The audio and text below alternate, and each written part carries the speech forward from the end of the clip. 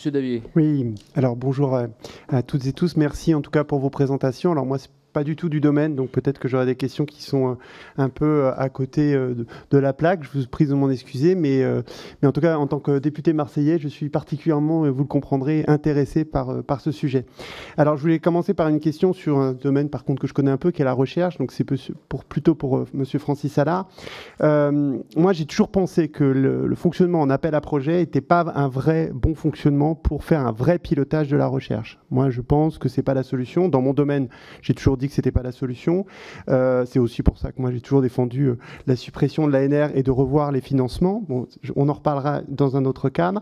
Mais je crois que si on veut piloter la recherche, il faut renforcer les établissements publics dont c'est le métier.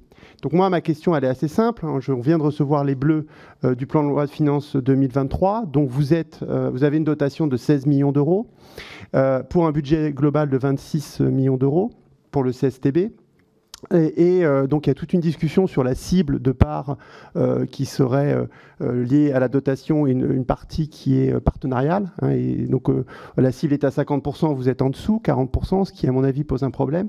Donc moi la question que je me pose assez rapidement sur ces bleus, puisqu'on va devoir faire des amendements et on va les déposer bientôt, c'est ce qui ne serait pas justifié, puisque de ce que je vois, en tout cas, votre budget n'a pas bougé entre 2022 et le plan de loi de finances 2023, enfin en tout cas en termes de dotation de l'État. C'est exactement à l'euro près le même budget. Est-ce qu'il ne faut pas augmenter ce budget ? D'abord parce qu'il y a une question de l'augmentation des salaires des 900 salariés. La plupart des EPIC augmentent de 3,5% les salaires. Et donc je pense que votre institut, si vous augmentez, enfin l'EPIC, si vous augmentez les salaires des salariés, vous êtes en difficulté avec la même dotation. Donc la question de l'augmentation de cette dotation, elle est pour moi essentielle parce que évidemment, vous l'avez dit, beaucoup de solutions sont là, mais à mon avis, on a besoin d'un EPIC qui soit vraiment bien doté. Et ça pose la question, bon là on peut l'augmenter pour suivre l'inflation, etc. Enfin, moi je pense que c'est ça qu'il faudrait qu'il soit fait au vu du débat qu'on a aujourd'hui dans le plan de loi de finances 2023. Mais on peut se poser la question de le renforcer de façon beaucoup plus significative. Ça m'amène à la deuxième question, c'est que je pense qu'on a beaucoup d'aides, et moi je vois le problème de ces aides à 1 euro.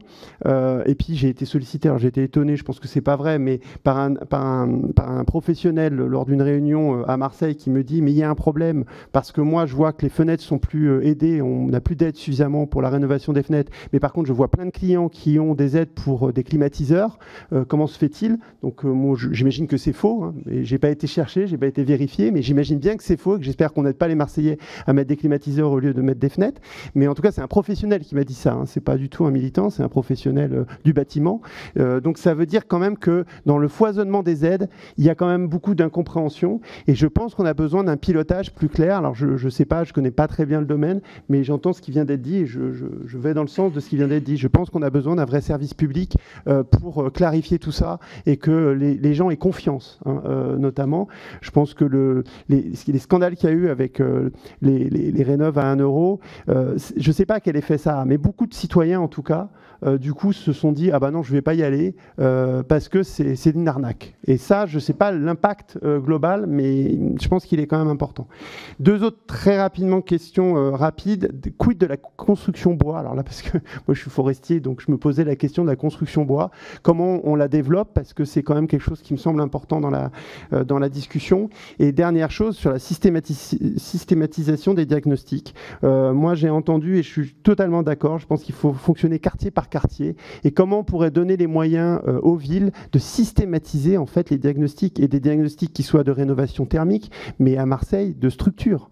Et on peut faire les deux en même temps, parce que quand je vois les cages d'escalier, on fait du porte-à-porte pour des campagnes, je vous jure qu'il y a vraiment des bâtiments qui sont en très grande, d'un point de vue structure, qui sont vraiment problématiques, et on peut faire d'une pierre deux coups. C'est ce que vous avez dit, c'est-à-dire qu'on peut à la fois rénover pour le bâtiment et rénover pour les sujets. Monsieur Normand, peut-être. Oui, moi, de mon côté, deux réactions rapides sur d'abord la question des aides aux fenêtres par rapport aux pompes à chaleur. Malheureusement, le constat est exact. C'est-à-dire que les aides au remplacement des fenêtres ont fortement baissé ces dernières années, alors que les aides au changement de dispositif de chauffage ont fortement augmenté et on voit un déséquilibre. Et donc, si on installe une pompe à chaleur, elle peut être réversible, elle peut faire du froid. Donc, le constat est exact. Sur la question des isolants minces, des solutions biosourcées ou autres, je pense que ce qui est important, c'est d'être neutre technologiquement dans la manière dont on aborde les sujets, notamment d'isolation, mais globalement de bâtiments. Il y a toutes sortes de différentes réalités. Il n'y a pas à favoriser a priori une solution technique par rapport à une autre. Il faut s'appuyer sur des analyses de cycle de vie, des mesures de la performance, des déclarations de performance et la mesure de la performance une fois les travaux réalisés. C'est cet ensemble-là. Et in fine, le bouquet des solutions doit rester le plus large possible, parce qu'on a aussi une réalité du bâtiment en France qui est extrêmement largement large. Monsieur Perrault également. Oui, donc, je vais réagir très rapidement aux deux questions de nos députés de Marseille. La première, vous en avez parlé sur la fenêtre par rapport à la clim. En fait, ce qui est vraiment important, il faut qu'on ait une vraie stabilité, que ce soit DCD, ma prime manœuvre, un coup en avant l'un, un coup l'autre. Donc il faudrait qu'on ait stabilisé déjà pour organiser la profession derrière et qu'on ait une vraie stabilité. Ça évite ces allers-retours. J'insiste qu'on n'en a pas beaucoup parlé. Et puisque vous parliez de climatisation et que vous êtes de Marseille, on ne parle pas beaucoup également du confort d'été. Et je pense que c'est quelque chose également qui est très important, qui ne coûte pas très cher et qu'on pourrait mettre plus en avant, des BSO, etc. Il y a des gains énergétiques hyper importants en cas d'électricité pour la clim, etc. Et on l'évoque peu en termes de rénovation. Sur le bois, je vous rassure, donc avec le Revavin, l'ensemble des produits biosourcés, donc en leur place, on voit de plus en plus important dans l'acte de la construction. Ce qui fait également que la Fédération du bâtiment, on apprend tous les métiers, c'est également une révolution, travailler sur de nouveaux supports, etc. Donc là, la place est bien prise. Et puis concernant, pour vous, Monsieur Perrault, c'est vrai qu'on a beaucoup de remontées au niveau de... Alors là, on ne parle pas du patrimoine, mais du périmètre du patrimoine avec les bâtiments de France, où là, par exemple, vous savez, il y a des mesures qui ont été prises sur les parkings, plus de 2500 mètres carrés, mais des photovoltaïques, on a énormément de remontées. Et là, je pense qu'il faudrait alléger, soit mettre en place une commission peut-être paritaire et qu'il n'y ait pas que l'architecte des bâtiments de France qui décide, mais en tous les cas, on a beaucoup de remontées à ce niveau-là qui freinent des rénovations ou alors des énergies renouvelables. Voilà, donc je pense que voilà, il faut peut-être une commission paritaire qui puisse discuter sereinement sur ces sujets-là.